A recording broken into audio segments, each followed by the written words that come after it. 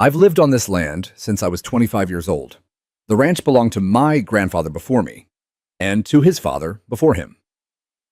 We've got a long line of boot prints pressed into this soil, and every stone fence post and sycamore tree tells a story. The lake, our lake, was always the heart of it all. On quiet mornings, you'd see the mist rising off the surface like breath. On hot afternoons, the grandkids would splash around, while I grilled catfish on the bank. That water ran in our blood. So when I woke up that Thursday and found a 12-foot metal gate bolted across my gravel road down to the lake, my first reaction wasn't anger. It was disbelief. The sun had barely risen, and there it stood, gleaming silver bars chained together with a brand new padlock, as if someone had quietly tried to erase a century of ownership overnight. I pulled on my boots, grabbed my thermos, and walked down the path with the same routine I'd followed for 40 years. But this time, I stopped short. There was a fresh sign bolted above the lock. HOA Lake access permit holders only. Violators will be fined. I blinked, read it again. I don't live in some fancy suburb. This is open land, acres of rolling hills, cattle, wild deer, and the occasional ATV from the neighbor's kids. My property spans more than 90 acres, and the lake sits squarely in the southern half. No one had ever disputed that. Not the county, not the title office, not even the fish. So who the hell thought they had the right to fence it off? I tugged on the lock. Solid, stainless steel. The kind you'd need bolt cutters or an angle grinder to get through. There were tire tracks in the gravel, fresh ones, dual tires, probably a contractor's truck. Someone had been here last night. Quietly. Secretly. I walked back up to the house, the old familiar rage beginning to warm in my chest like a fire just starting to catch. That's when I saw her. Sharon. Every community has one. Ours just happened to give her a title. HOA president. She was standing at the edge of the road in front of her pristine black SUV clipboard, in hand sunglasses perched like a general, surveying the battlefield. She wore that smug little smile, the kind people reserve for when they think they've already won. Good morning, she called, waving like we were neighbors who baked pies for each other. I kept walking, jaw tight. Beautiful day, isn't it? I stopped. What did you do to my lake access? I asked, trying to keep my voice calm. She tilted her head as if the question confused her. Oh, the gate, yes, that was installed last night. HOA approved. We've had issues with unauthorized use lately. Liability risks. I stared at her deadpan. That's my road, on my property. Sharon's smile didn't falter. Actually, per the revised HOA zoning map, the lake has been included as a shared amenity under extended jurisdiction. We had a legal review. It's about protecting value for everyone. I laughed once sharp dry. You think a zoning map from your newsletter means you own my land? She tapped her clipboard. Annexation rights. They're quite standard. You should have read the community notices. I took a step closer enough for her to notice I wasn't playing along. I never signed up for your HOA. My property predates this subdivision by 3 generations. Your fences, your bylaws, your little maps, they don't apply to me. Sharon didn't blink. You may want to speak with your lawyer. In the meantime, access is restricted for safety. And with that, she got into her SUV, and drove off slowly, deliberately, like she'd just handed me an eviction notice from my own damn past. I spent the rest of the morning at the county registrar's office. I brought everything: original deeds, topographical surveys, tax records, the 1956 hand-drawn map my grandfather used to settle the boundary dispute after the drought years.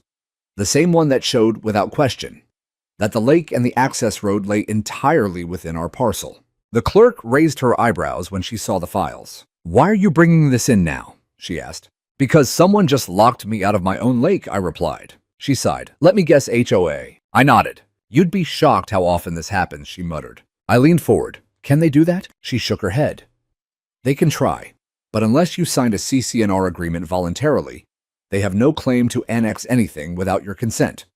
The problem is, they assume most people won't fight back. I smiled. Well, I said I've never been most people. Back at home, I stood in front of the gate, again holding the files, thinking. Sharon and her little army had made a bold move, one designed not with legal backing, but with confidence that I wouldn't push back.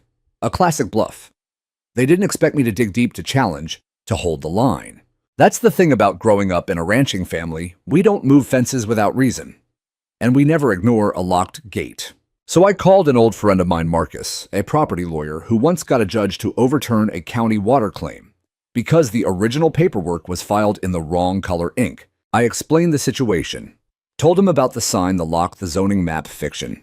He whistled low. "You want to go nuclear?" he asked. "I want to go smart," I replied. That night, I sat on the porch watching the stars rise over the lake I couldn't reach. And that's when it hit me. If the lock was the weapon, then maybe I needed to own the armory. The next morning, before the roosters had even finished their first crow, I was already halfway to Fairview, the nearest town with more than one traffic light. And more importantly, a locksmith supply wholesaler. I didn't go there looking for bolt cutters. That would have been too easy, too temporary. No, I had a better idea.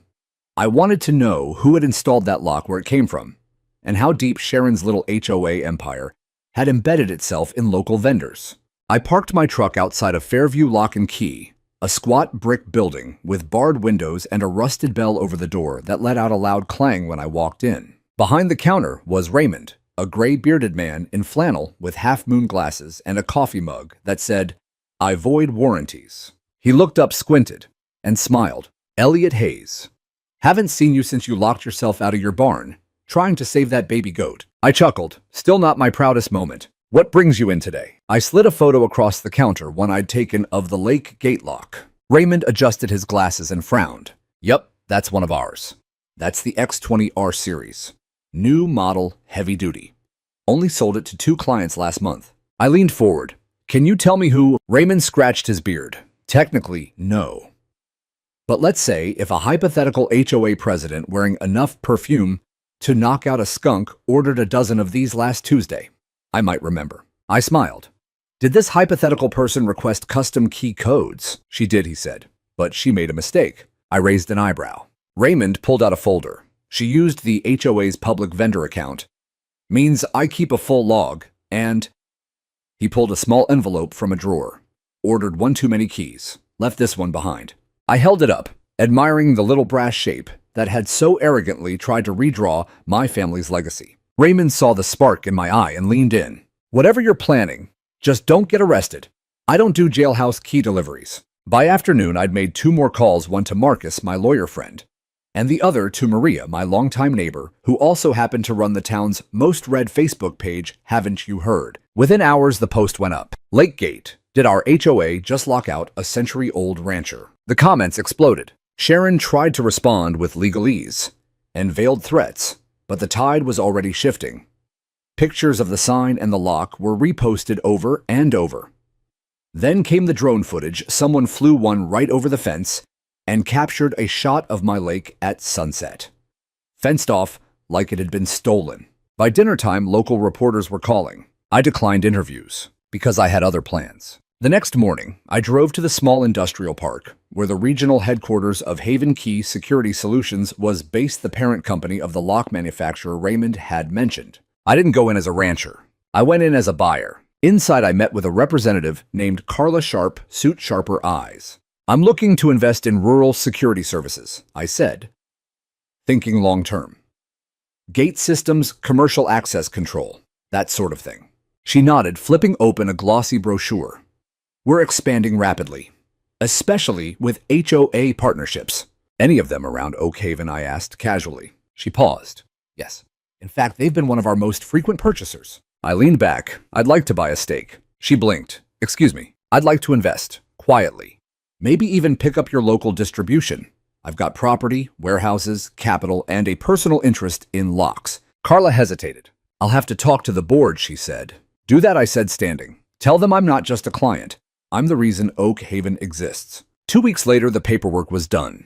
With Marcus's legal maneuvering, I acquired the licensing rights for Haven Key's regional franchise, the entire 3-county area, including Oak Haven. I now controlled every authorized lock, every master key list, every access protocol sold under their brand. And as the new regional partner, I had one immediate request: recce everything, not just the gate. The entire HOA system, clubhouse, tennis courts, meeting halls. Every lock tied to their recent bulk order. Because guess what? They'd registered it all under a shared master key system. One master. One owner now. Me. I drove back to the ranch that same afternoon. Sharon was standing near the gate, clipboard in hand. berating some poor maintenance worker who was sweating bullets under her scrutiny. She spotted me and marched over. "You're trespassing," she snapped. I held up a new brass key and smiled. "Actually, I own the lock." She blinked. "What?" "I bought the lock company. Change the master key. This one's the only working copy." You can't do that." I leaned in. "You fenced off my lake. You thought paper bylaws could override deeds. You wanted control." I tossed the key in the air and caught it. "Now I have it." She looked like she might explode. "I'm calling the police." "Good," I said, walking past her. "Tell them to bring bolt cutters. You'll need them." The next morning, the gate was still there, tall, defiant, absurd. But now it served a different purpose. It no longer symbolized HOA control. It was a monument to their arrogance, now under my control. I stood beside it, sipping coffee from my travel mug, watching as a line of HOA residents slowed their cars at the sight of the locked entrance. Sharon must have called an emergency board meeting, because within an hour, SUVs began to roll in, clean beige and identical, like bureaucratic soldiers answering the call of panic. First came Henry Larson, HOA treasurer and proud owner of a sweater collection so bland it could neutralize coffee. Then came Patricia Evans, secretary and self-proclaimed compliance queen. And finally, Sharon, her sunglasses darker, her walk faster, her mouth tighter than ever. She approached with fire in her eyes. "You've hijacked HOA property," she said, voice high and clipped. I gestured to the land under our feet. "Funny. I thought this was my road, on my land." "This is outrageous," she barked. "We had contracts, security, infrastructure. You're interfering with HOA operations." I held up the key. "This lock legally installed by your contractor, under your vendor ID. Only now, your vendor is mine." Henry stepped forward. "Let's be reasonable, Mr. Hayes. Surely there's a way to work this out." I cut him off. "There is. Remove the gate. Publicly retract the annexation claim. Issue a formal apology for trespassing and lock tampering, and refund every cent of the HOA budget spent on that metal monstrosity." Sharon scoffed. "You're dreaming." "Then start walking," I said. "You'll need another way to your clubhouse, because this gate, this key. Until I see a court order, they stay with me." Patricia whispered something to Sharon, who turned on her heel and stomped back toward her car. But I wasn't done yet. That afternoon, I updated the county with a full incident report. I wasn't filing charges, not yet, but I wanted everything documented: photos, titles, legal documents, even the sales receipt showing Haven Key now operated under EH Holdings, my LLC. I also submitted a civil notice of land interference, requesting that all HOA board activities cease on my property.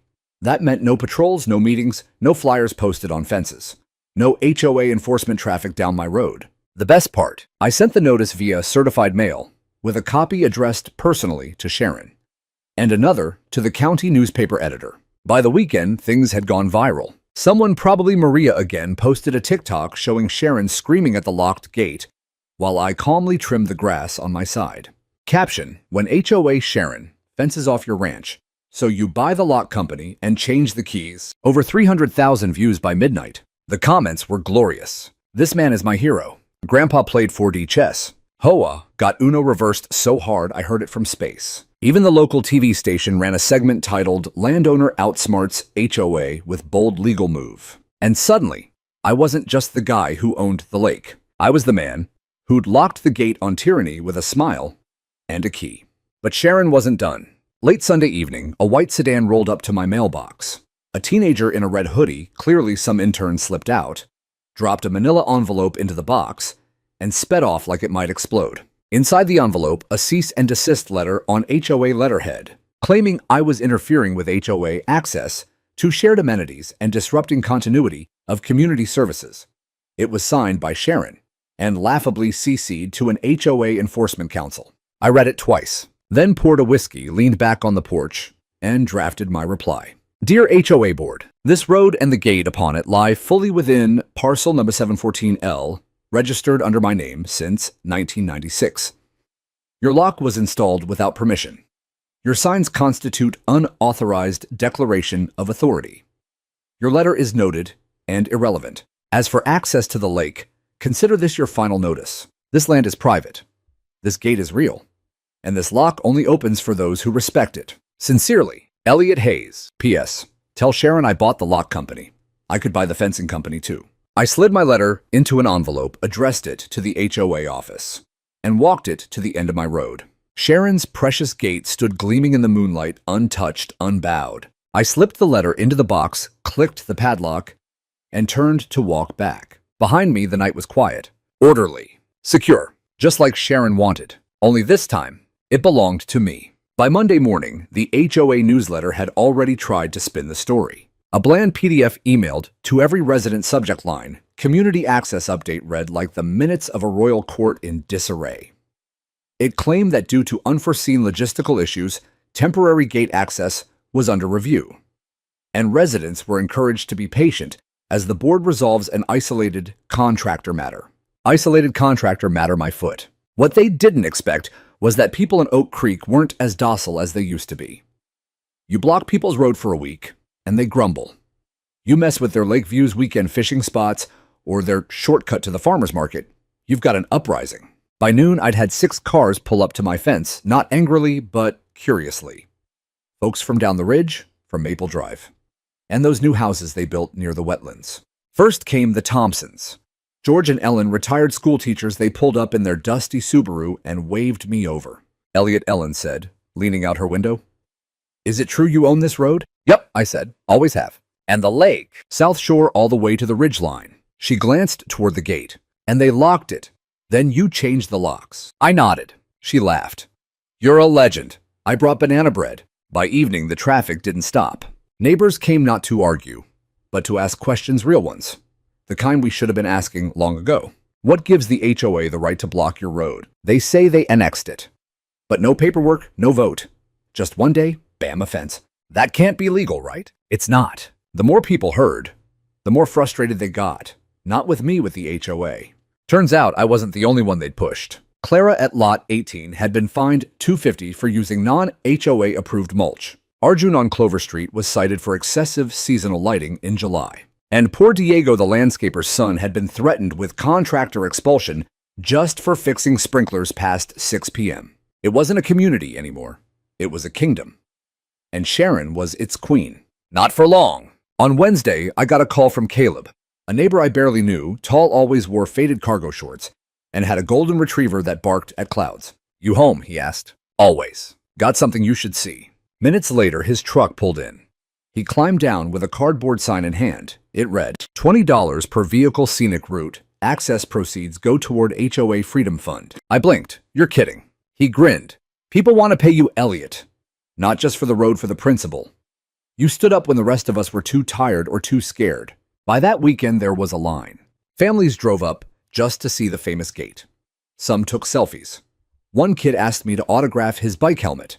I wasn't sure whether to laugh or cry. I set up a little fold-out table, stuck an umbrella into the ground, and made a chalkboard sign. Private road, access fee $20 per vehicle. All funds support legal reform for landowner rights. People happily paid. Some gave more. And every night, I wrote receipts, kept a ledger, and set aside every dollar in a separate fund just in case I needed to take this all the way to court. Sharon tried to respond with force. She sent another cease and desist, this one with a longer letterhead and a new law firm logo that looked suspiciously like something she found on Canva. But something had changed. People started pushing back. George and Ellen wrote a letter to the HOA demanding transparency. Caleb organized a town hall on neutral ground, the local library. And Clara, she filed a complaint with the state's community housing department. Not just about the gate, about everything. The fines, the surveillance, the secret votes, the spending. We were no longer individuals against a board. We were a community against a regime. And all it took was one lock. Late one night, I was sitting on my porch when a car pulled up quietly. Not a neighbor, too new, too polished. A black luxury sedan. It parked just outside the gate. The driver stepped out. A woman in a navy suit and low heels. Not Sharon. She walked up to the gate, hands visible. Calm. Mr. Hayes. I stood. That's me. My name is Nora Bennett. I represent several concerned homeowners regarding the HOA's recent conduct. I crossed my arms. You with the HOA? She shook her head. I'm with the state attorney's homeowner division. We've had an influx of complaints from Oak Creek and quite a few social media tags. I raised an eyebrow. I'd like to formally request a meeting, she said. Off the record, for now. And just like that, I realized something. This wasn't just my fight anymore. It was becoming a movement. The library meeting room was packed. It was the first open forum Oak Creek had seen in years. Folding chairs filled with neighbors who had once kept their heads down, now sitting shoulder to shoulder. The usual hushed murmurs of compliance had given way to a buzz of questions, whispered frustrations, and, more importantly, plans. Sharon didn't show up at first. For the first 20 minutes, Caleb opened the floor. This is about reclaiming community. Real transparency. No more mystery finds. No more anonymous letters taped to trash bins. Diego stood up and described how his family had been cited for unauthorized lawn care. Clara read aloud her violation notice for placing a bird feeder too close to a sidewalk. Even Patricia, once Sharon's loyal compliance whisperer, showed up in a plain blouse, sitting quietly in the back. She didn't speak, but she didn't leave either. Then the door swung open. Sharon stormed in like a queen who'd been kept waiting, clipboard in hand, pearl earrings gleaming. Her expression was somewhere between outrage and disbelief. "What is this?" she demanded. "This isn't an official HOA meeting. This is an unauthorized gathering that violates community protocol." Caleb leaned into the mic. "It's not an HOA meeting. It's a homeowner meeting." Laughter erupted, a slow-building one that Sharon didn't know how to stop. She turned red. "You think this is funny? You're jeopardizing property values. You're letting some cowboy with a key control our infrastructure." She pointed to me, seated 3 rows back, arms crossed, watching her unravel. I didn't flinch. Neither did the room. Sharon's voice wobbled. "You think I wanted to install that gate? You think I enjoy dealing with your complaints? I have done everything to protect this community. Without me, this place would be a dump." A woman near the front, elderly, polite-looking, stood. "Sharon, my grandson built our deck ramp so I could go outside again. You fined us $500 and threatened a lien." Silence. Sharon opened her mouth, then closed it. She looked around, not at allies, but at strangers. Eyes that had once feared her now just looked tired. And someone was filming. Not in secret. Just holding up a phone. No hiding. Just truth. Sharon noticed. "You can't record me without consent." "It's a public meeting," Caleb said. "We've all consented. You walked into it." The video went online that night, labeled HOA President Meltdown Caught Live at Community Town Hall. It spread faster than wildfire in dry brush. And the internet, the glorious, unrelenting internet, did what it always does. It remembered. The next morning, the county paper ran a headline: HOA President Faces Backlash Amid Gate Controversy. They quoted multiple residents. They quoted me. But most damaging of all, they quoted Sharon herself. Her exact words: "I have done everything to protect this community. Without me, this place would be a dump." The HOA board held a closed-door meeting that night. But Patricia called me afterward. "She's out," she said. "Voted 5-1 for immediate suspension pending audit." I was the abstain. "Audit?" I asked. "There's more, Elliot. The party budget, the security contracts, those mystery maintenance fees. We never approved most of it." My heart ticked. "How much are we talking?" "Early estimate, over 80,000 misallocated across 3 years." I whistled low. She's going to need more than a clipboard to explain that. 3 days later, I got a letter. Not from Sharon. Not from the HOA. From the Office of the State Attorney General. They were opening an official inquiry into Oak Creek HOA practices, including fraudulent annexation attempts, financial mismanagement, and property interference. The letter was signed by Nora Bennett, and at the bottom, in her own handwriting, she'd scribbled, "Thank you for locking that gate." Back at the ranch, things were quiet again. The line of cars had slowed. People still waved. Some stopped just to chat, to drop off pie or offer a handshake. Caleb built a little donation box near the toll booth with a carved sign, "Support Honest Community." Sharon's fence, still up, but now it sagged, literally and metaphorically. Half of it had been removed by the HOA themselves after being cited for building code violations. The rest slowly vanishing one section at a time like the last embers of a bonfire that had burned far too long. And me, I was standing tall, not with anger, not with revenge, but with resolution. Because sometimes the best way to fix a broken gate is to own the key, hold the line, and let the truth unlock everything. It was the clinking sound that woke me up. Not the rooster, not the wind chimes. It was the unmistakable rattle of metal on metal, someone locking something. I pulled on my boots and walked out with my coffee still in hand. The sun had barely crested over the ridge, but I could see the shape of a pickup parked near the old barn gate. Two men in reflective vests, neither of them from the county, were finishing up a job they clearly didn't want to be seen doing. Padlocks. Bright silver ones new, glinting in the early morning light, and nailed to the post beside them a laminated sign read, "Private HOA property. No access without approval." I didn't yell, didn't wave, just stared until they drove off. They didn't even look back. That afternoon, a courier dropped off an envelope at my front porch.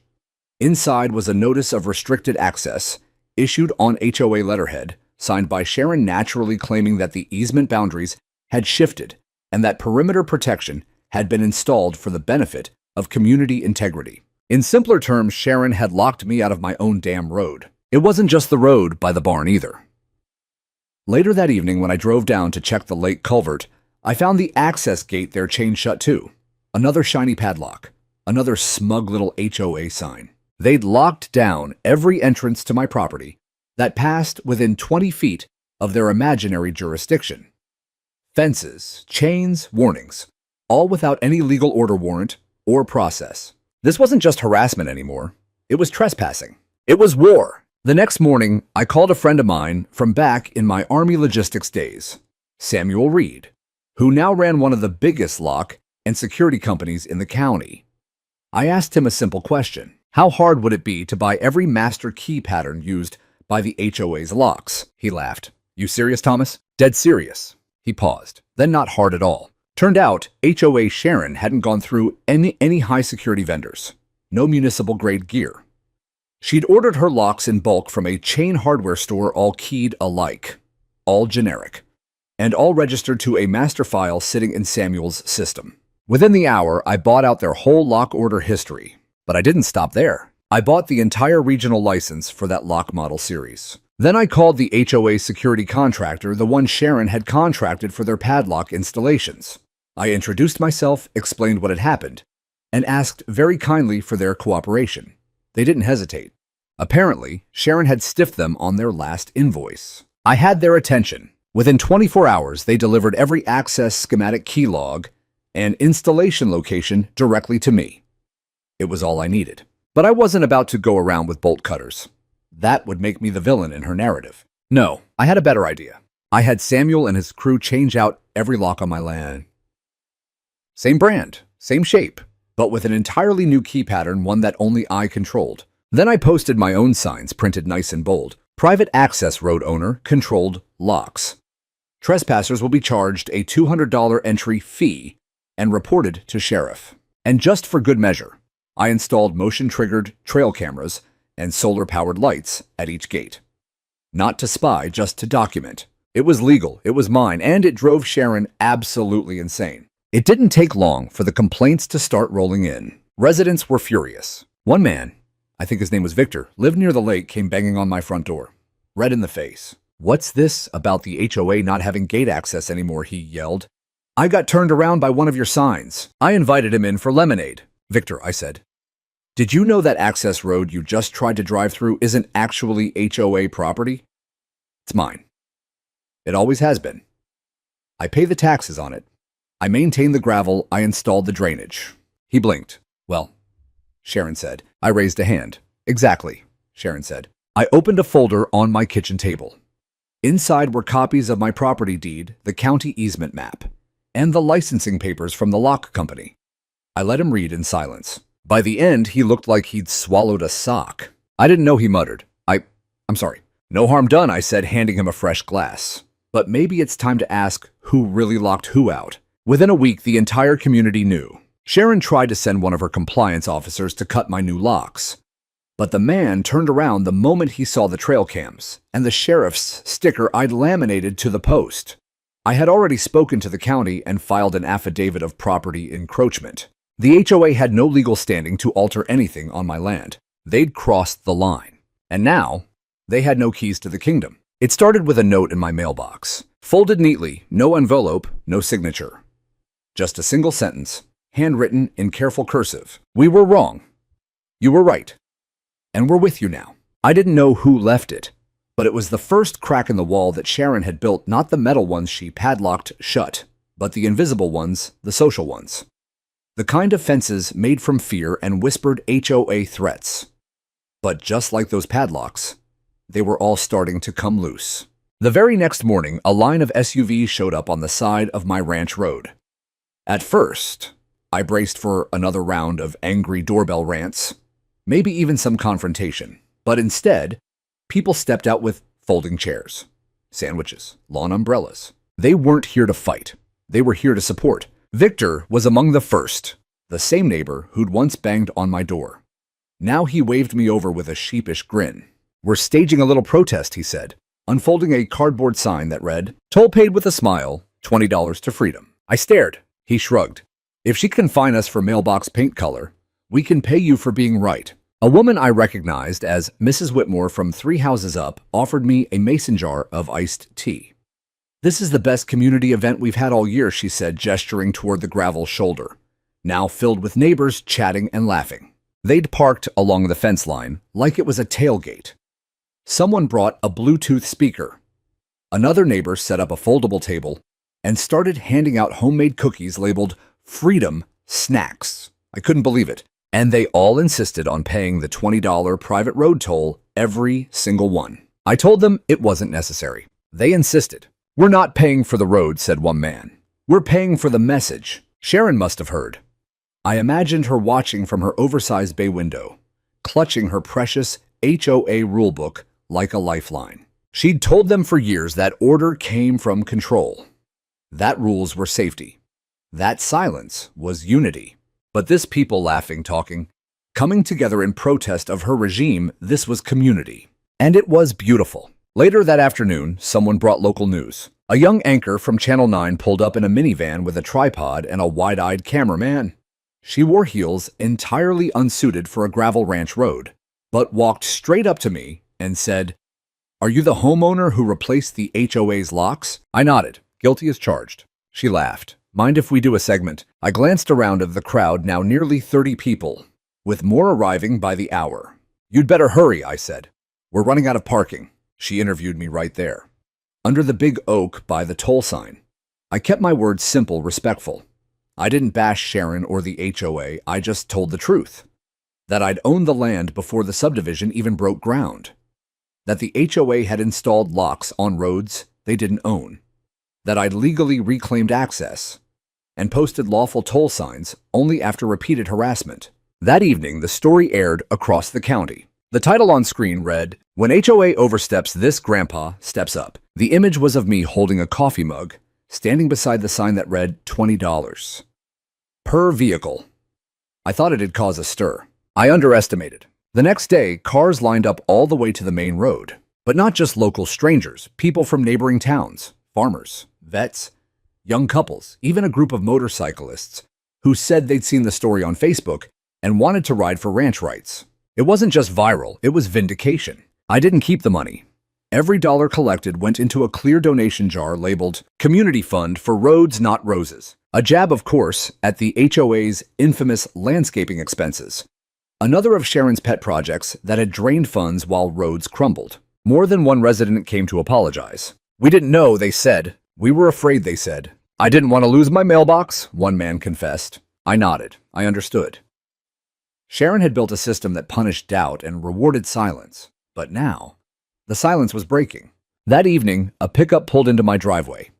Out stepped Walter, one of the original HOA board members, a good man once before Sharon turned him into a yes man. He didn't speak right away, just held out an envelope. "What's this?" I asked. He cleared his throat. "A petition to vote out the current board." I opened it. Over 75% of signatures. "She doesn't know yet," he said, "but she will." I stared at the paper, then back toward the ranch road, where a few folks were still gathered around the toll sign, sipping sweet tea and watching the sunset. "We're tired," Walter added. "Tired of being ruled by someone who thinks power comes from paranoia. You reminded us that it doesn't." I smiled. "I just changed the locks, Walter. Y'all did the rest." He laughed. It was the first honest laugh I'd heard from that man in years. By sunrise the next morning, it wasn't just neighbors and reporters knocking on my ranch gate. It was a county official. Clipboard in hand, vest marked zoning and land management. He wasn't here to shut me down. He was here to ask questions about the road. "I'm told," he said, "you own this entire stretch from County Route 12 to the subdivision gate. Confirmed by the plat maps." I nodded. "That's right. Been in the family since 1960. He smiled. Professional, but just a little amused. Well, sir, I'm here because the HOA filed a complaint. Said you were obstructing community access and charging unauthorized tolls. He flipped to another page. But I have a counter-complaint from a dozen residents claiming the HOA illegally installed padlocks and fencing on private property.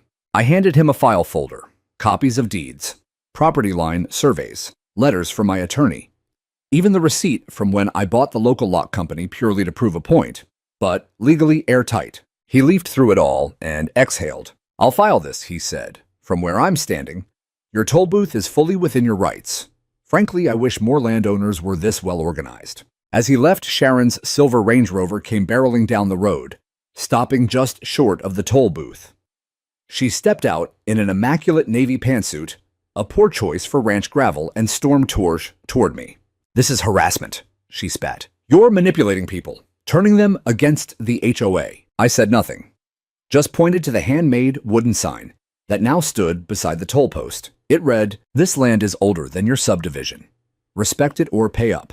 The neighbors, who had already started gathering again for their morning coffee at the gate, let out a few chuckles. Someone even slow-clapped. Sharon turned red. I have rights, she snapped. So do I said calmly. And I've got the land title to back it up. That was when the dam broke. A voice rang out from behind Sharon Victor again. No one ever voted on those fences, Sharon.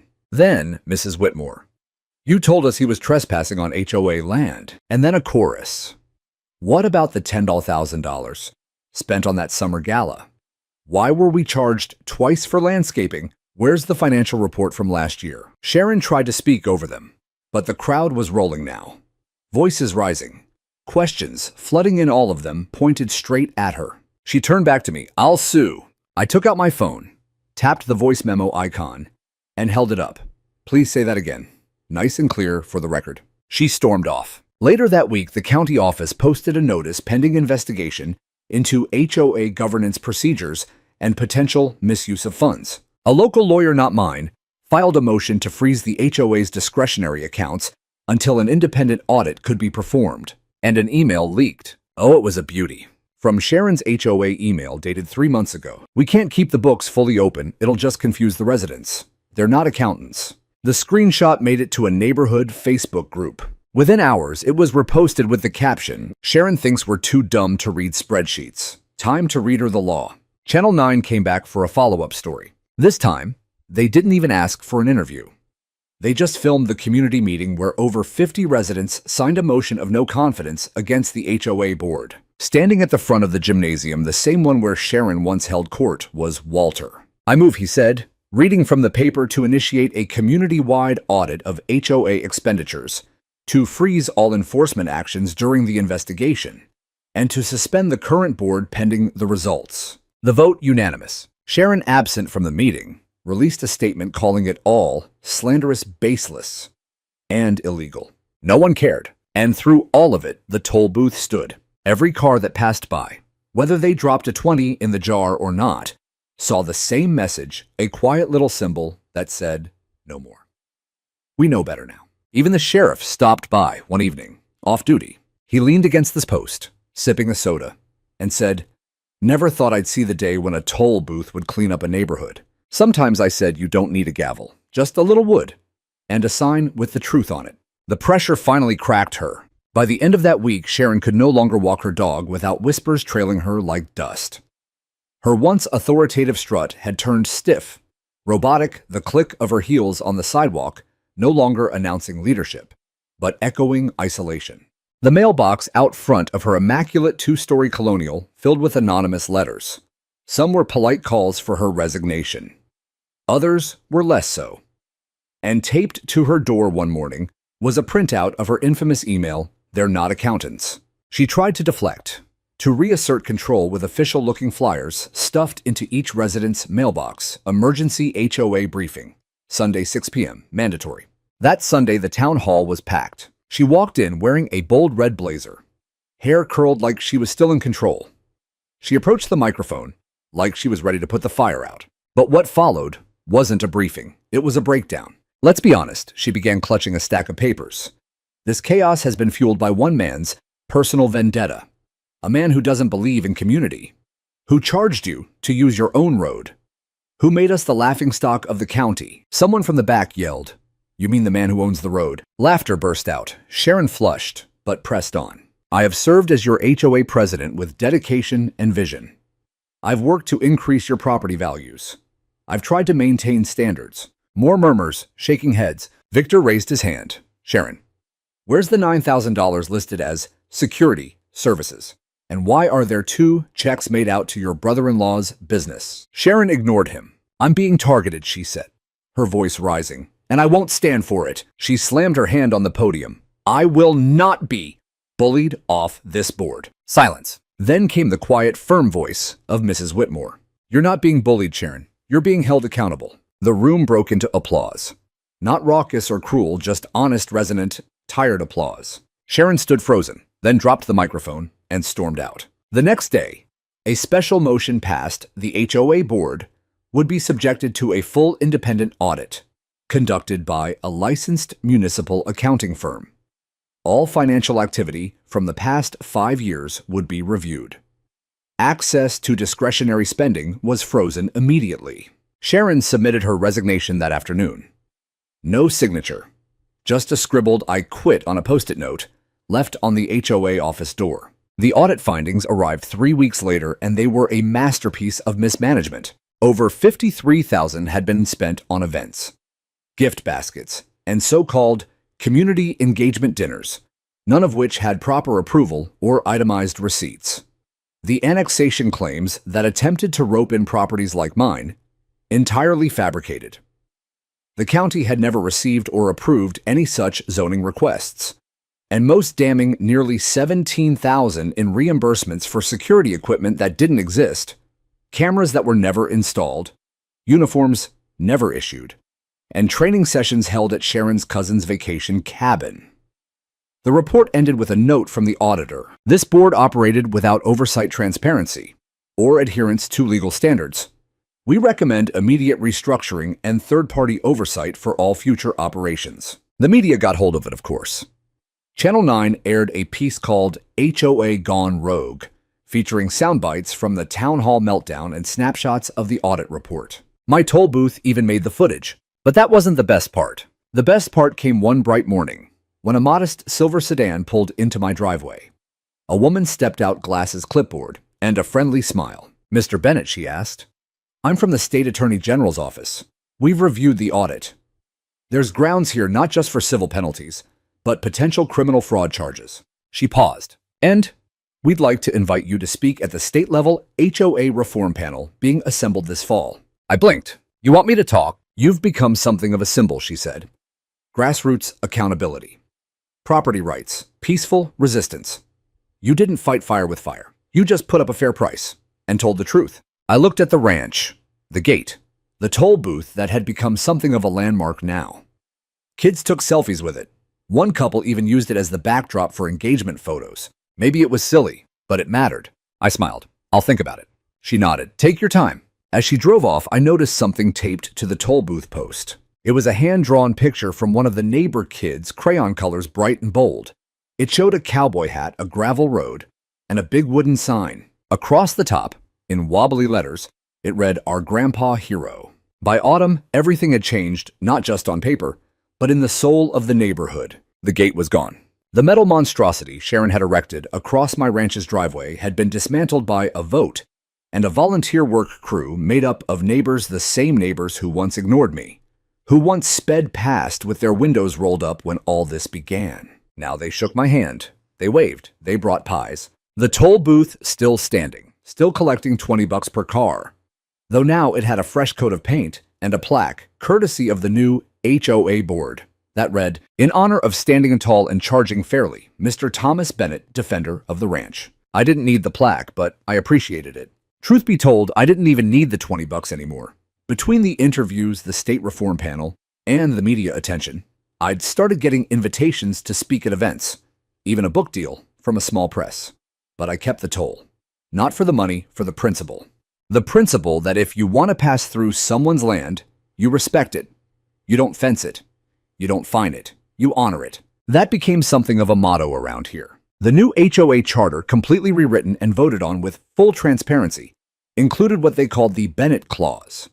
It ensured that no resident could ever be annexed or fined without consent notice and third-party review. It also banned private security operations and required any zoning changes to be filed directly with the county. Most satisfying of all, Sharon moved out, quietly.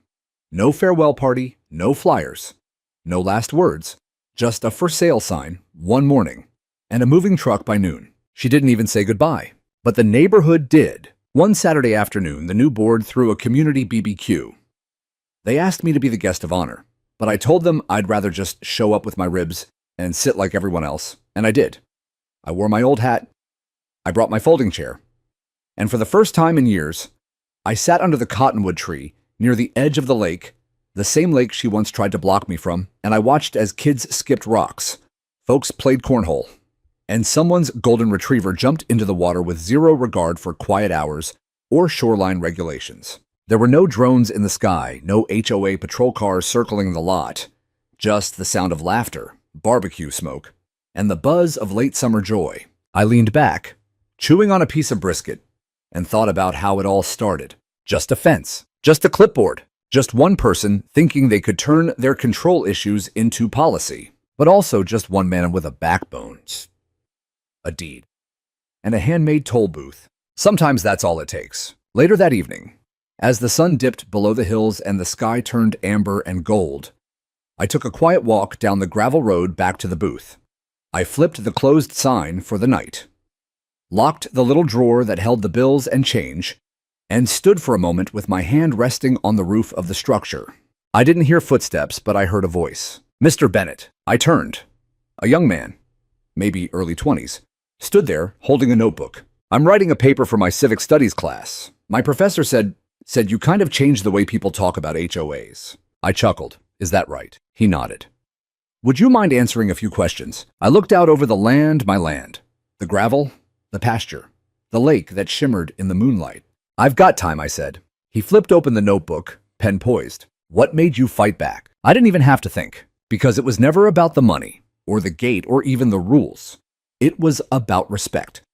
And when people forget that land has memory, when they fence off what they don't own and silence what they don't understand, someone has to remind them. He scribbled furiously. And how do you think you change things? I smiled. I didn't change anything. I just put up a sign. The boy blinked. A sign. Yeah, I said, turning toward my house. One that said, you don't get to walk over me, not for free. He stood still, nodding slowly, the meaning landing deeper than the words. I walked off into the twilight, the dust kicking gently under my boots. Behind me, the booth stood proud in the dusk, not just a toll booth anymore, but a monument to quiet rebellion, to fair resistance, and to one stubborn old man who believed fences should never replace respect. And that was the end of that story, but not the end of the lesson.